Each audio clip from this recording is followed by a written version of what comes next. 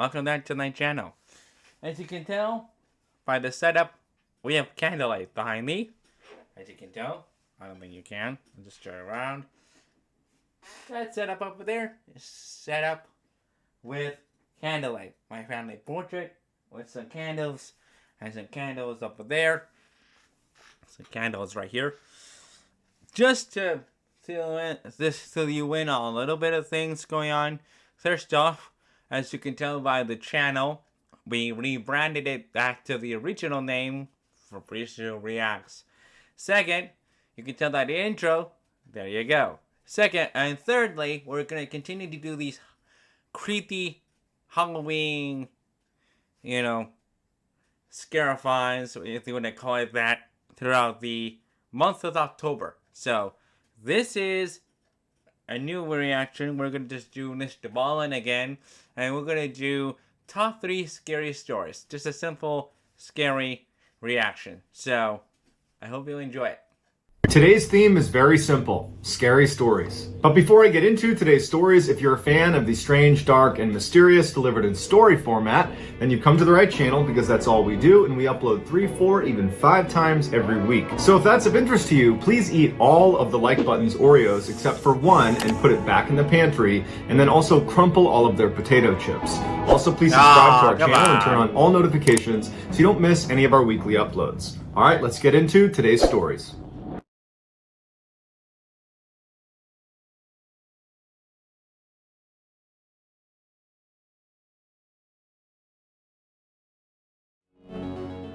In 2010, an avid caver named Jeff decided to go to Madagascar to explore a natural cave shaft he had discovered years earlier. He arrived in country, he got a rental car, and he hired a guide to take him out to the area where he knew this cave was going to be. When he got out to that area, he used his notebook where he had taken notes the last time he was here, and he used that to find the opening to the cave. He paid the guide to stick around at the car while he went down and explored this cave. He assured him it was not going to be for a very long time. The shaft is approximately 50 meters deep and 1 meter across, so it's pretty narrow, and the first 20 meters of the descent are on a bit of an angle, and then the final 30 meters are down at a straight vertical drop. At the bottom of this cave was this opening where you could actually stand up and walk around, but there were no other tunnels to explore at the bottom, so you would just go down, touch the bottom, and go back up. The visibility inside of the shaft was limited because all you had was the light that was coming in, and because of how narrow the opening was, Jeff's body would obscure a lot of the sunlight coming in. So once Jeff got a few meters down into the tunnel, he would rely on his headlamp.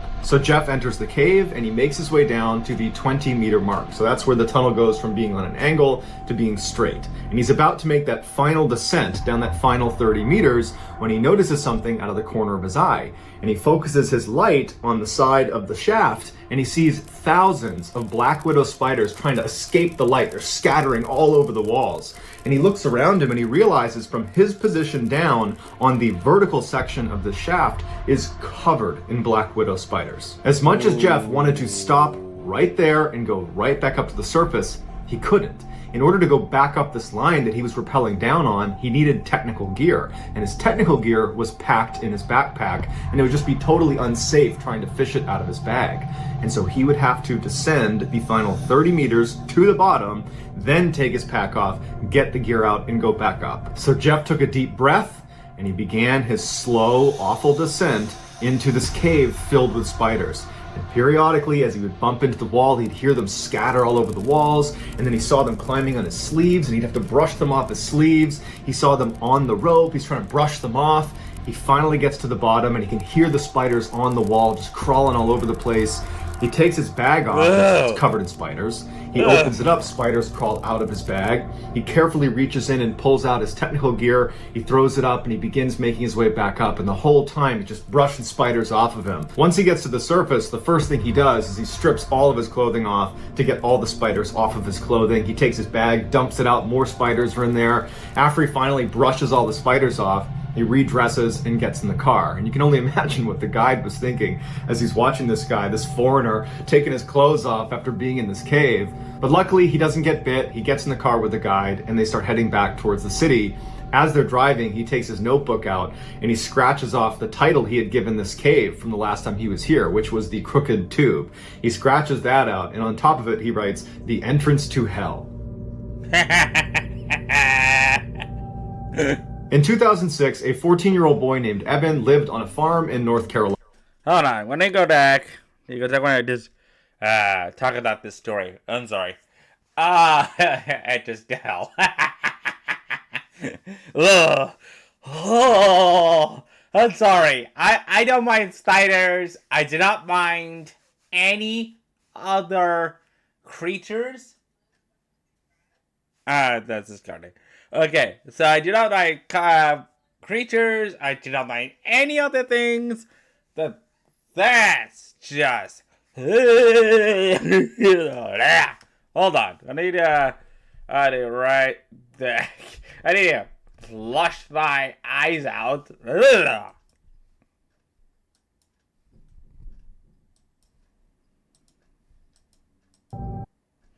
As I was saying, the funny thing about this story is the way that the guy goes up the cave. There is spiders, and mind you, he said black widow spiders. Oh, that is an entrance to hell. Oh, I hate that. Oh, next story, Pine Tree Farm. In 2006, a 14-year-old boy named Evan lived on a farm in North Carolina. This was not a typical farm with animals and crops. It was a pine tree harvestry. Pine needles are a big landscaping commodity, and Evan and his family made their living baling pine straw every year. As such, their main living house on the farm was situated right in the middle of 550 acres of perfectly lined up pine trees. They did not have any neighbors nearby, and there was only one road that led into the property, which from the main house, they could look out and basically see through the rows of trees all the way to the beginning of this road, which meant any visitors were really easy to spot. The main house was built on a very slight hill, which meant one side of the house was effectively built on stilts to compensate for the angle. And on that side of the house, on the first floor, was the living room. So anyone who was in the living room looking out the window, they'd basically need to look at a downward angle to see the ground. It would actually seem like you were on the second floor, but really you're on the first floor. The window in the living room was very unique. It stretched almost the entire length of the room, so almost 50 feet across. And at night, you could see animals darting between the different trees because you could see down the rows. And so that was pretty creepy. And then just the fact that this window is so big, if you're in the living room at night, you just felt really exposed. So between the creepy animals running around and the level of exposure and vulnerability, people basically avoided the living room anytime they were in the house at night. That winter, Evan's cousin came to stay with him on his farm, and because the main house did not have any extra bedrooms, Evan and his cousin would have to sleep in the living room. There were two couches inside of the living room, one that was right underneath the 50-foot long window, and then another which was on the other side of the room against a wall that did not have a window.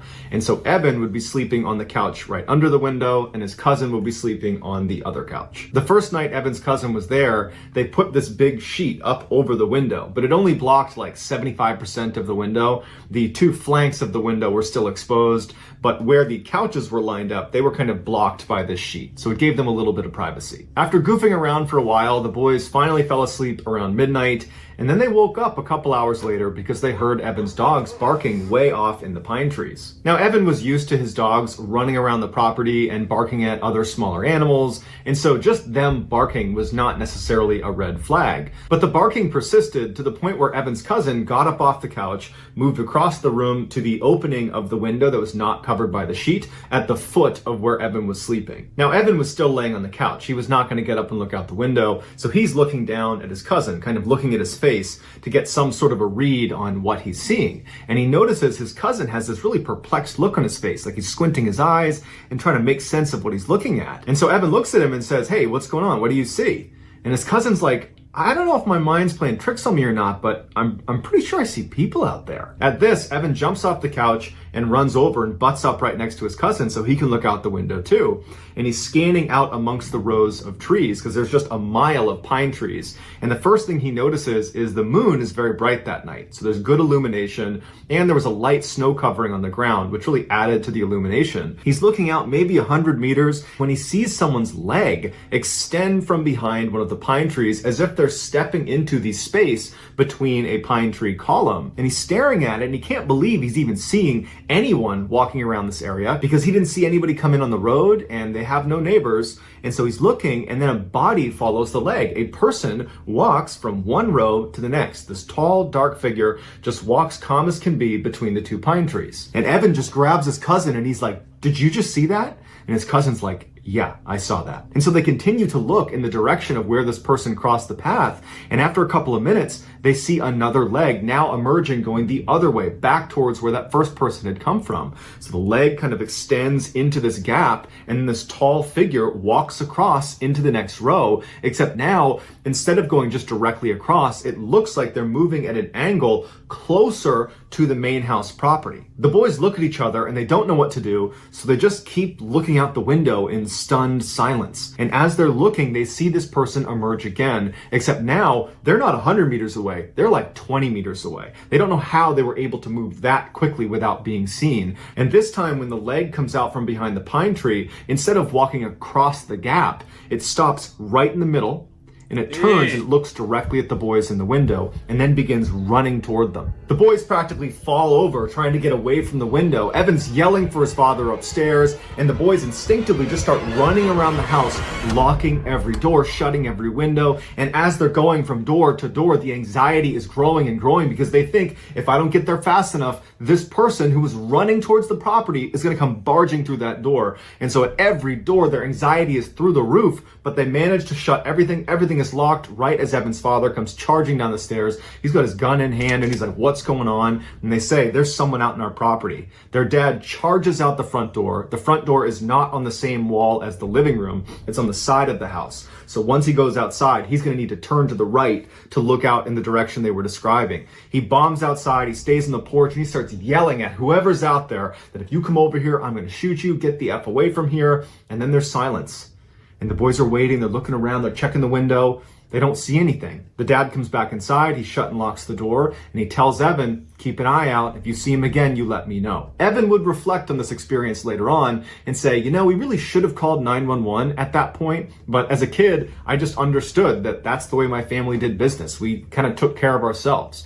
And so even though there is a threat of some stranger who's running at our property, we were not going to call the cops. And so his dad effectively was telling him to be a lookout. And so Evan and his cousin, they go back into the living room and they kind of go up to the window. They're a little bit apprehensive and they're looking out. And after 5-10 minutes of looking out the window and not seeing anything, they're thinking to themselves, Evan's dad's a pretty intimidating guy, and he was just out there screaming and yelling with a gun, threatening to shoot them. So they probably got the message and they're probably gone.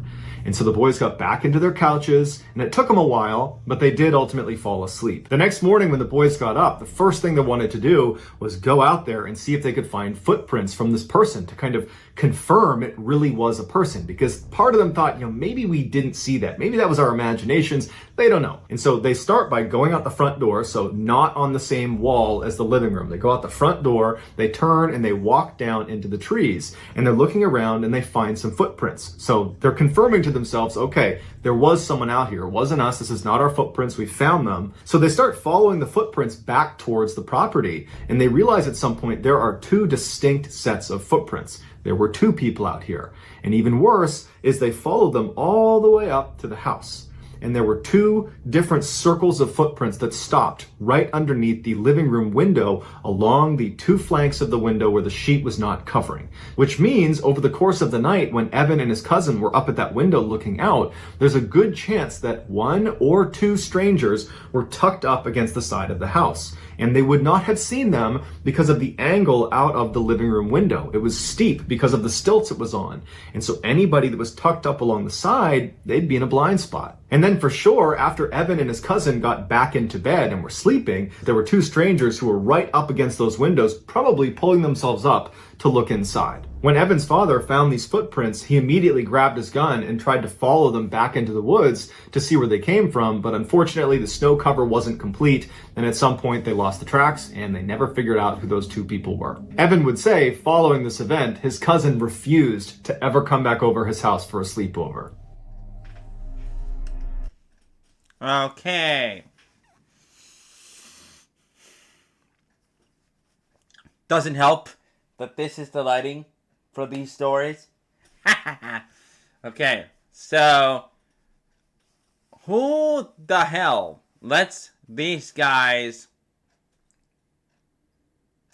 Who lets these guys go up to the woods in a cabin, or at least a house in the woods, and lets the cousin stay there? I don't understand, okay? But with that being said, I will not stay in a cabin, a house, or anything in the woods. Why? Just why will you let anyone in that woods? I said with my just like the Mr. Ballen video I did last time, and the Mr. Nightmare story I did 2 days ago. Why? Just why? Why is the woods scary? Just why? Why? Okay. It seems that this last story is quite long. The Woman in Black, it seems to be the longest story that Mr. Ballen has right here. Alright, let's see about the Woman in Black. It might be the longest story that Mr. Ballen has ever told in this story. Alright, well, in this list of stories. Okay, the Woman in Black. I'm gonna mute for this.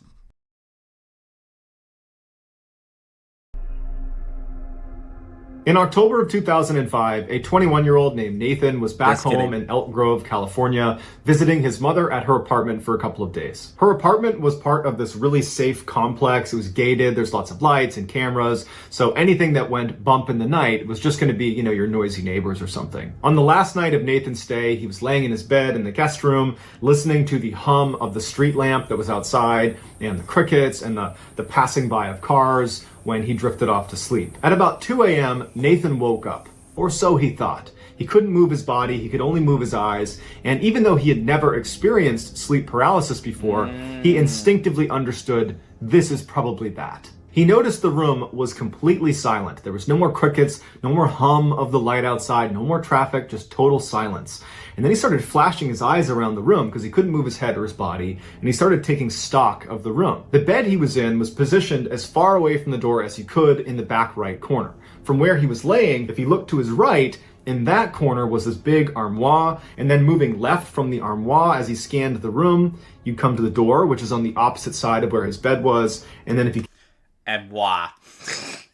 Okay, I know that's for people in the comments that are going to be, it's armoire. It's armoire. It's how you pronounce it. It's French. It's not armoire. It's armoire. Okay? I know there's gonna be people in the comments that are going to think, is that how you pronounce it? It's gonna be armoire. Okay? Armoire. Kept scanning left, he would reach the foot of his bed, and just beyond the foot of his bed was a table and a chair. But because he was laying flat, he couldn't really look down and actually see the table and chair. Ah, yes. I'm just gonna make some comments here. This is gonna be a long discussion. God. Okay. I had sleep paralysis at one point. After my epileptic episode, yes, I have epilepsy, I started having small bouts of sleep paralysis, and it's rare. It really is rare to have epilepsy and sleep paralysis, and I also have insomnia, and I don't sleep much anymore because of the frightening experiences with those issues.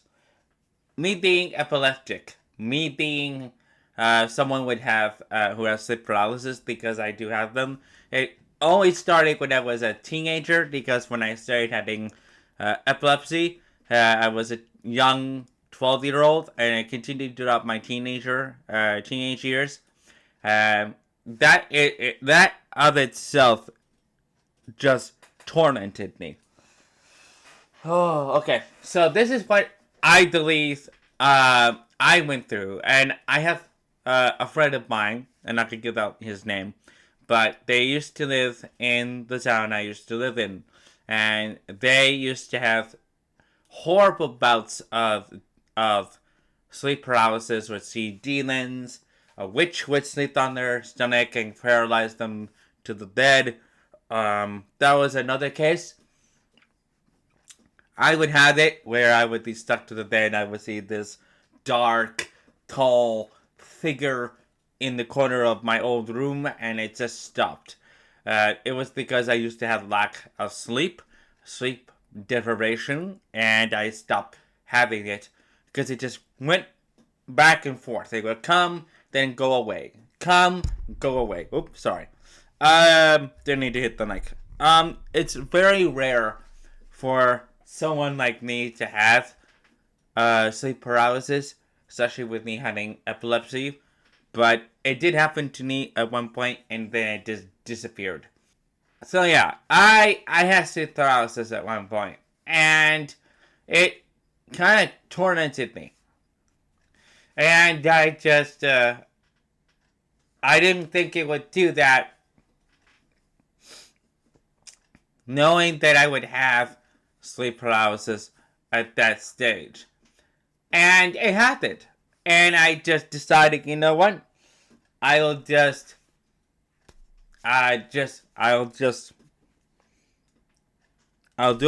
I'll deal with it. And eventually it went away. It did. It just went away. And that's one of the most scariest things. So I understand where this young man's going through.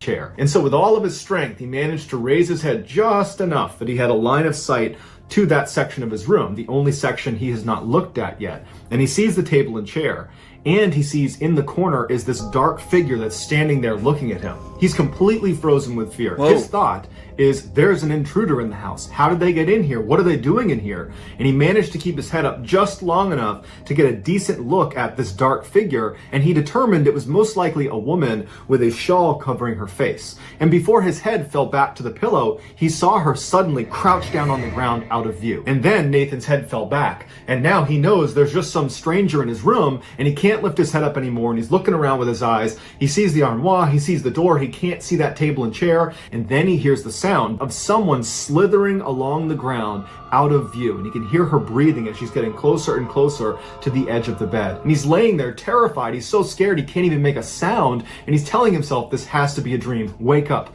wake up, wake up. And he's laying there, and this woman, she stands up and she leans out over his bed, and she looks at him, and her face is pale and her eyes are sunk way back in her head. And then she begins to slowly crawl on top of him, and Nathan's sitting here looking at this woman. He wants to close his eyes, but he can't. And he just feels his chest being pressed down. He can hear the sounds of the springs compressing all around him as this woman positions herself on his chest.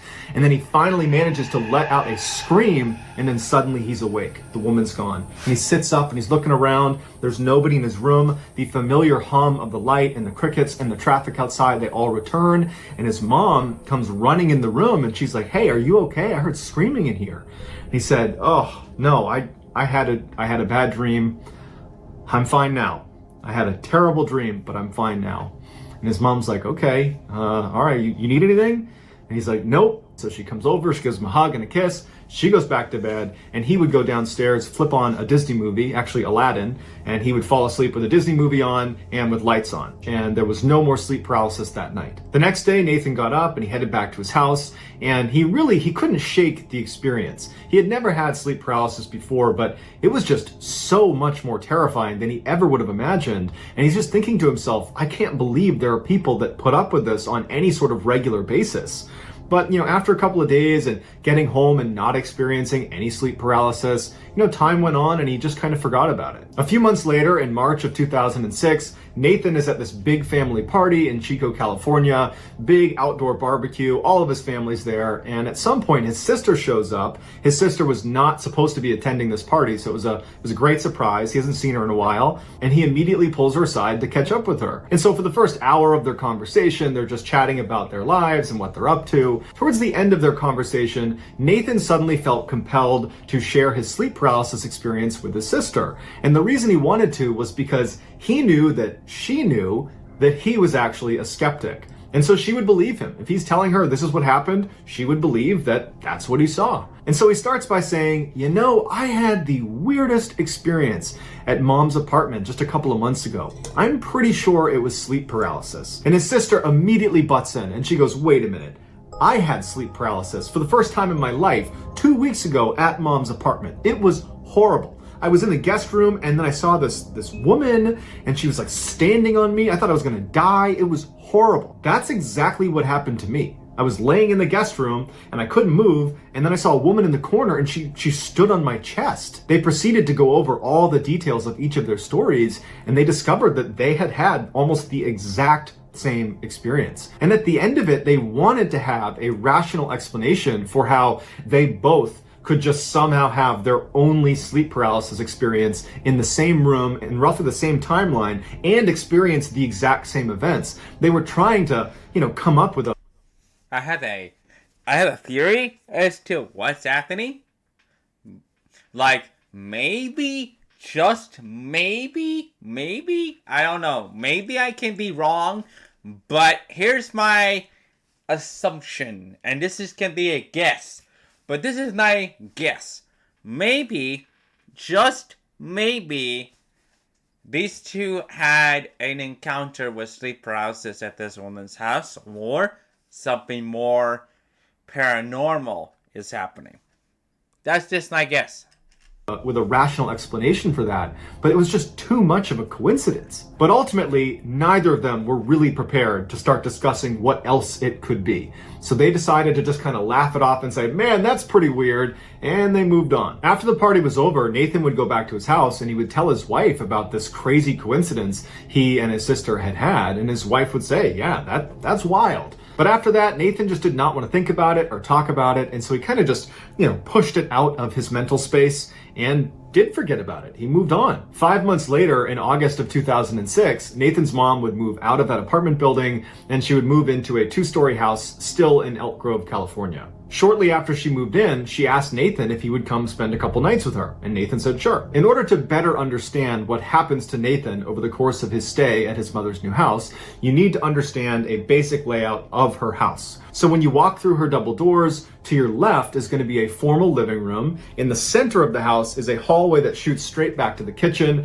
And then to your right when you walk in, there's a wall, and on that wall is the stairs leading up to the second floor. If you take those stairs to the second floor, you reach a landing where there's a window that looks back into the backyard, and immediately to your right, there is a single door, and that's the master bedroom where Nathan's mom would sleep. From the landing, if you turned left, there'd be another door that's a mirror image of the master bedroom door, and this door is the guest room. That's where Nathan was going to stay. And then to the left of the guest room was a hall that went to the front of the house, but that's irrelevant to the story. If you went inside the guest room, the bed was located in the back right corner, so the same layout as the guest room in the apartment building, where the person laying in the bed, so Nathan, his feet would be closest to the door. And from Nathan's perspective in the bed, the only other piece of furniture in this new house guest room was a table that was, from his perspective, on the right-hand wall, centered on the wall, and on the table was a TV. So that's the only things in the room. The first night Nathan was at this new house was totally uneventful.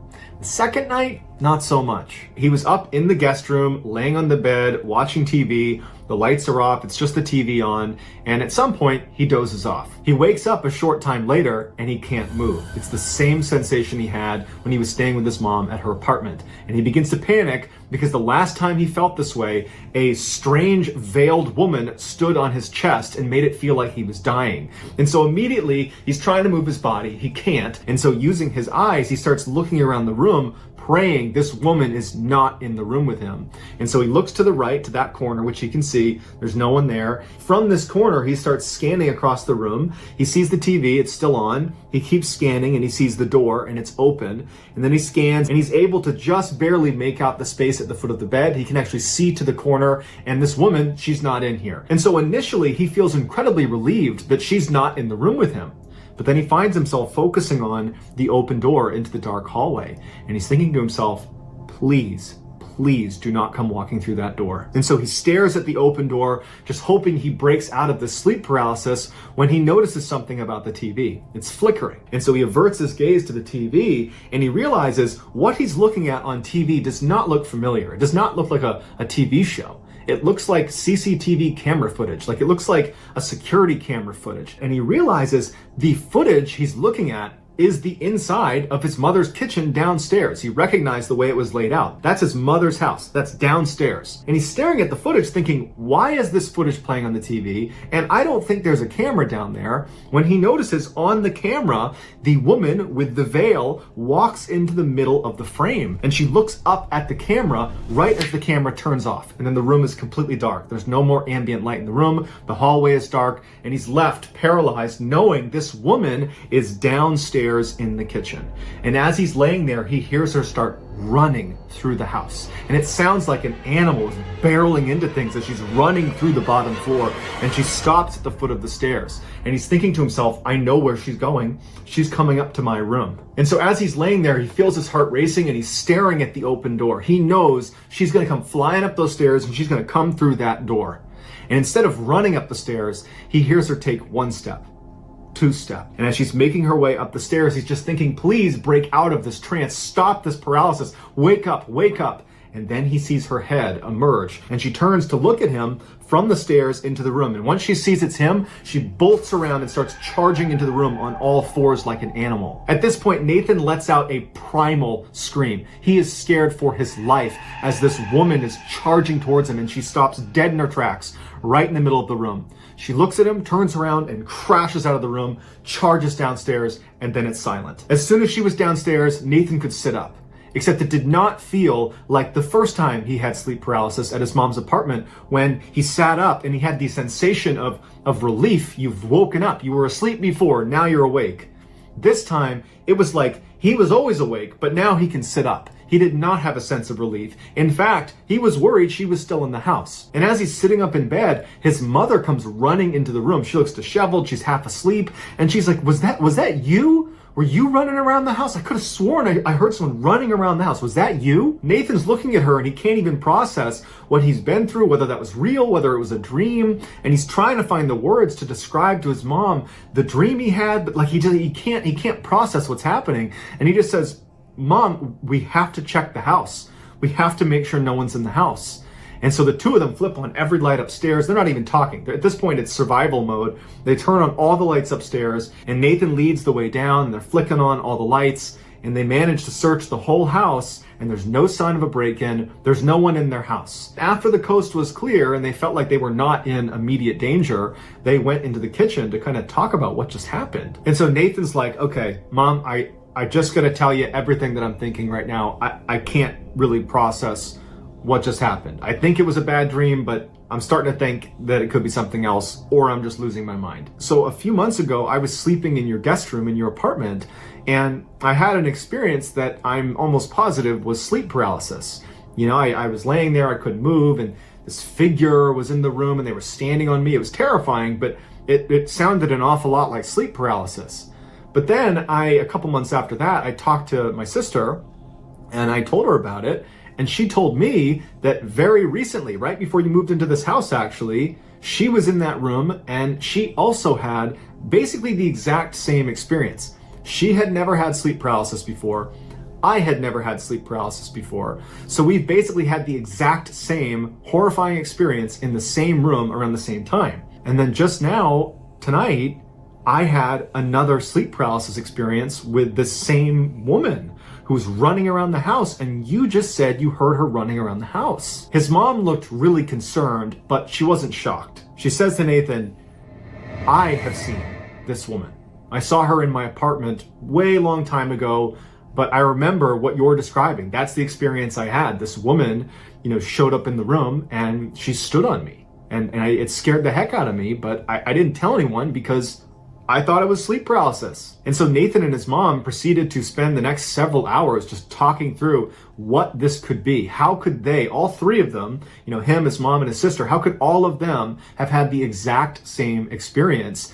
And how could tonight, when Nathan had this experience, how could his mom have heard those footsteps if that was indeed sleep paralysis? Because it wasn't Nathan, he was in the bedroom. And it wasn't his mom, she was in her bedroom. And she didn't have any pets, so who could it be? Nathan says he and his family are still totally rattled by this experience, and they don't have an answer. And this is a family of skeptics, so they're not looking for a reason to call this paranormal. They simply don't have the answers. Nathan has said that he, his mom, and his sister have not had any further experiences with the woman in black ever since that last experience Nathan had, and they're just hoping it stays that way. So that's gonna do it, guys. If you found the secret in today's episode, let us know in the comments what it is and where you found it. Give us the timestamp. And if you're the first person to do that, we will pin you at the top of the comments section. If you enjoyed today's video and you haven't done this already, please eat all of the like button's Oreos except for one, and then put the box back in the pantry, and then also crumple all of their potato chips. Also, please subscribe to our channel and turn on all notifications so you don't miss any of our weekly 3, 4, even 5 video uploads. If you want to get in touch with me, you can direct message me on Instagram or on Twitter, where my username is the same. It's JohnBallen416. I also have a ton of content over on TikTok where my username is Mr. Ballen. If you have a story suggestion, and in fact, today's top story was a user suggestion, please submit it to our subreddit just called Mr. Ballen. It's linked in the description below. So whether I see you on Twitter, Instagram, TikTok, Reddit, YouTube, or some combination, just know that I really appreciate your support. And until next time, that's going to do it. See ya. All right. This is the longest video I have made that I don't care. So, why am I talking about this now? And why am I happy that I reacted to this? No. That last one was creepy. It wasn't so scary that my heart was going. Anyway, so, wow. The last story, yeah, kind of got me a little bit. Okay, so yeah, that was a good story. This video was good. I think I'm going to watch the rest of Mr. Ballen. Yeah, I think this was a good, that's a good, an entry point to spooky month. If you guys like this start to Halloween, and if you like me watching Mr. Ballen as a whole, let me know in the comment section below. Should I react to more Mr. Ballen, more Mr. Nightmare, or just stick to Mr. Ballen and just move on for something else? I should do Mr. Ballen more in this setting. If you like what you saw, please consider subscribing, hitting that notification bell, and ring that bell so you can see more of when I do reactions to Mr. Ballen or any other type of content. I love doing this. So, whenever I see you, if you want to see more, again, subscribe. Also, follow me on Twitter, Instagram, all that jazz. I would love to, when I post a new video, I hope to see you more. So, that's gonna do it. Until the next video, I will see you in the next video. Happy Spooktober, everybody. Peace.